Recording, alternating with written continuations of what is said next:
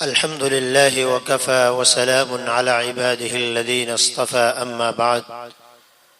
فأعوذ بالله من الشيطان الرجيم بسم الله الرحمن الرحيم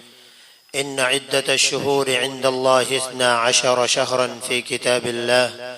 يوم خلق السماوات والأرض منها 4 حرم صدق الله مولانا العظيم۔ محترم سامعین اور ناظرین، ہم ماہ رجب کے اندر داخل ہو چکے ہیں۔ اللہ کے رسول صلی اللہ علیہ وسلم ماہ رجب کے داخل ہونے کے اوپر کیا کیا عمل فرماتے تھے، اس کے اوپر قرآن اور حدیث کی روشنی کے اندر آپ کے سامنے چند باتیں عرض کرنا مقصود ہے۔ قرآن کریم کی جو آیت میں نے تلاوت فرمائی، اس کے اندر اللہ تبارک و تعالیٰ فرماتے ہیں کہ بے شک مہینوں کی گنتی اللہ تعالیٰ کے نزدیک 12 مہینے ہیں، اور یہ اللہ کے علم میں تو پہلے سے ہیں، لیکن اس کو باقاعدہ عمل کے اندر اس وقت لایا گیا جب زمین اور آسمان کو پیدا کیا گیا، اور اس کے اندر 4 مہینے حرمت والے ہیں۔ سال کے خاص مہینوں کے اندر ایک ماہ رجب بھی ہے۔ اس مہینے کی سب سے بڑی خصوصیت یہ بھی ہے کہ وہ اشہر حرم میں ہے۔ اشہر حرم 4 ہیں: ذی القعدہ، ذی الحجہ، محرم الحرام اور رجب۔ اور رجب کا مہینہ جو ہے اشہر حرم میں ہے، یہ سب سے اس کی بڑی خصوصیت ہے۔ شاہ ولی اللہ محدث دہلوی رحمۃ اللہ علیہ فرماتے ہیں کہ ملت ابراہیم میں یہ 4 مہینے بڑے ادب اور احترام والے تھے، تو اللہ تبارک و تعالیٰ نے بھی ان کے ادب اور احترام کو برقرار رکھا، باقی رکھا۔ باقی مشرکین عرب اور کفار مکہ کی طرف سے اس کے اندر جو تحریف اور تبدیلی کی گئی تھی، اس کی اللہ تبارک و تعالیٰ نے نفی فرما دی۔ اللہ کے رسول صلی اللہ علیہ وسلم نے بھی اس کی نفی فرما دی۔ اب ماہ رجب کے داخل ہونے کے وقت نبی کریم صلی اللہ علیہ وسلم کا معمول کیا تھا، اس کے بارے میں حضرت انس رضی اللہ تعالیٰ عنہ کی روایت ہے۔ وہ فرماتے ہیں کہ جب نبی کریم صلی اللہ علیہ وسلم رجب کا مہینہ داخل ہوتا تھا تو آپ علیہ السلام یہ دعا پڑھا کرتے تھے: اللہم بارک لنا فی رجب و شعبان وبلغنا رمضان، کہ اللہ ہمارے رجب اور شعبان کے اندر برکت عطا فرما اور ہمیں رمضان تک پہنچا۔ کتنی جامع اور مختصر دعا ہے کہ اس کے اندر اللہ کے رسول صلی اللہ علیہ وسلم نے ساری چیزیں مانگ لی۔ ملا علی قاری رحمۃ اللہ علیہ اس حدیث کی تشریح کے اندر لکھتے ہیں کہ اللہ ہمارے رجب اور شعبان کی عبادتوں کے اندر اور آپ کی توفیق سے ہم اطاعت اور فرمانبرداری آپ کی کریں، اس کے اندر برکت عطا فرما، اور ہماری عمر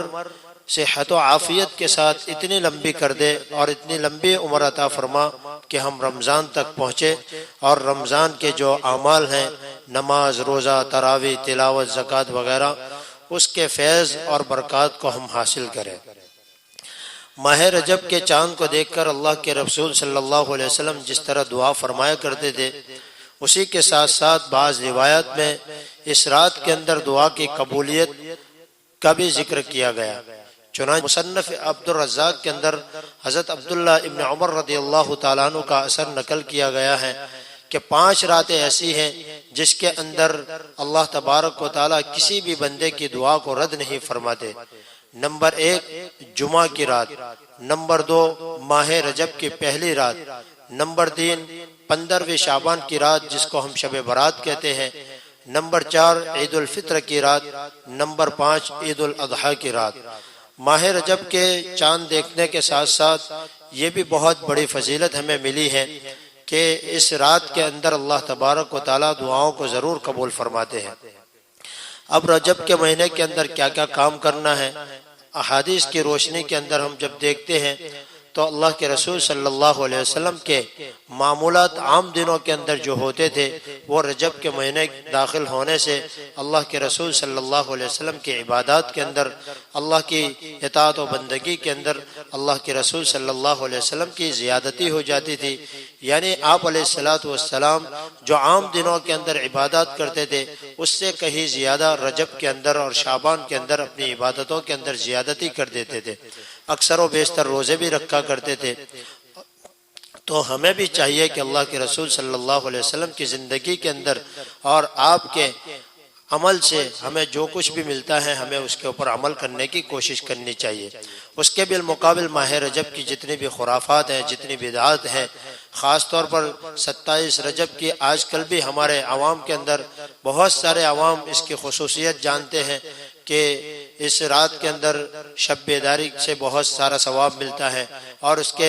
روزے کے اندر 27 رجب کے روزے کے اندر جس کو حضرت تھانوی رحمۃ اللہ علیہ نے اصلاح الرسوم کے اندر یہ بات لکھی ہے کہ عوام کے اندر یہ روزہ ہزاری روزے سے مشہور ہے۔ تو یہ تمام چیزیں ماہ رجب کے اندر کوئی خاص طور پر خصوصی طور پر کسی بھی عبادت کی فضیلت نہ قرآن کے اندر بیان کی گئی نہ حدیث کے اندر اللہ کے رسول صلی اللہ علیہ وسلم نے بیان فرمائی۔ ہاں، کوئی خاص اعتقاد کیے بغیر، رکھے بغیر، یا کوئی خاص ثواب کی امید رکھے بغیر اگر کوئی آدمی اس کے اندر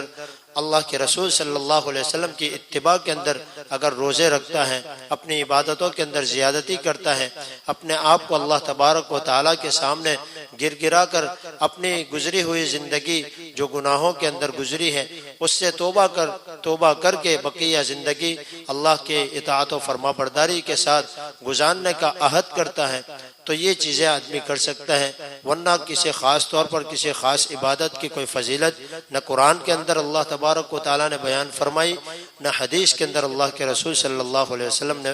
بیان فرمائی۔ اسی لیے علامہ ابن کثیر نے تفسیر کثیر کے اندر ایک بہت پیاری بات لکھی ہے کہ جو کوئی عمل آدمی کو کرنا ہو تو سب سے پہلے صحابہ کرام رضوان اللہ تعالیٰ علیہ مجمعین کے عمل کو دیکھے کہ اس کے بارے میں صحابہ کرام رضوان اللہ تعالیٰ علیہ مجمعین کی زندگی میں کوئی عمل ملتا ہے یا نہیں۔ اگر صحابہ کرام رضوان اللہ تعالیٰ علیہ مجمعین کی زندگی کے اندر وہ عمل ملتا ہے تو اس کے اوپر عمل کرنا چاہیے، ورنہ اگر وہ عمل صحابہ کرام رضوان اللہ تعالیٰ علیہ مجمعین کی زندگی کے اندر نہیں ملتا ہے تو پھر اس کے اوپر عمل کرنا یہ بدعت ہے۔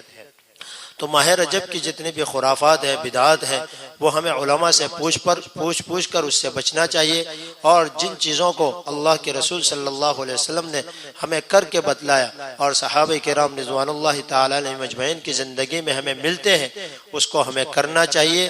اور قرآن و سنت کی روشنی کے اندر ہمیں اپنا ہر عمل کرنا چاہیے۔ دعا ہے کہ اللہ تبارک و تعالی ہمارے لیے ماہ رجب کو خیر و عافیت اور برکت والا بنائے، اور اس کے اندر ہمیں اپنی زندگی کو بدل کر گزری ہوئی زندگی سے بقیہ زندگی کو بہتر بناتے ہوئے اللہ کی اطاعت و فرما برداری کے ساتھ گزارنے کی، اور ہمیں اپنی پوری زندگی قرآن و سنت کے مطابق، شریعت و سنت کے مطابق گزارنے کی توفیق نصیب فرمائے۔ وآخر دعوانا ان الحمد للہ رب العالمین۔